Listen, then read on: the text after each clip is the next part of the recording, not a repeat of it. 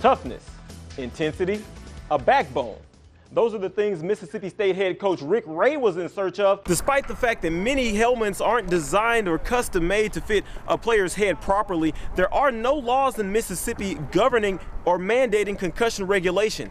We went to the state capitol in Jackson to find out why. Gone are the days of using snail mail to lure the nation's top recruits. If you're trying to lure one of the nation's top blue chippers, there's an app for that. The problem isn't lack of participation, rather it's the number of kids who choose to make baseball a priority. Take it away, Adam Silver. A battle of the best offense in the SEC versus the best defense, but it was ultimately the teeth of the Gators that clamped down on Marshall Henderson and the Rebels. Well, out of the hundreds of NBA draft hopefuls across the world, only 60 are taken in any given draft.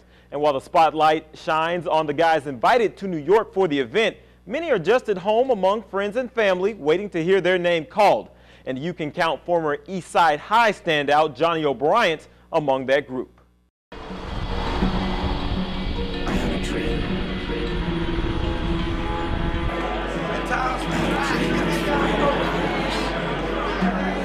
With the first pick in the 2014 NBA Draft, Andrew Wiggins from Toronto. So many pretty faces.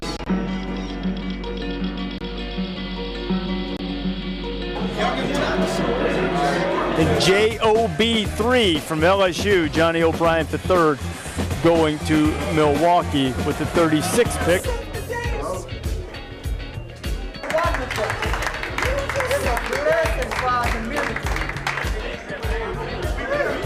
Definitely an emotional moment, man. Everything I've been through, everything I come from, I got a lot of people from my city here supporting me. They stayed the whole time. I sat here the whole night, just waiting on my name to get called. And, I got the opportunity to go, make a name for myself and my city, so that's what I'm trying to do. And I'm happy for him. Oh my goodness. That's all I can say. I'm just happy. It took a lot of hard work, man. It took everything I had in me, to get to this point. But I thank God and I thank these people that came out to support me. Without them and without God, this wouldn't be possible.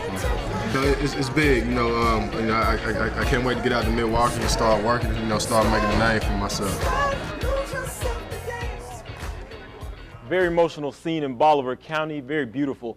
So here are Milwaukee's newest draft picks. Johnny joins Jabari Parker from Duke and Damian Inglis from France as the newest Bucks. And here's team general manager John Hammond with his thoughts on O'Brien.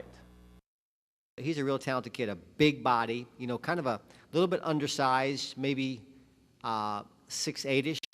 But he can play inside because he's got that real wide body. But he's a very good offensive player. Plays with his back to the basket, can face up, make some shots, kind of crafty around the basket. And from Sarah and I in the WABG Sports Department, we wish Johnny nothing but the best in the NBA.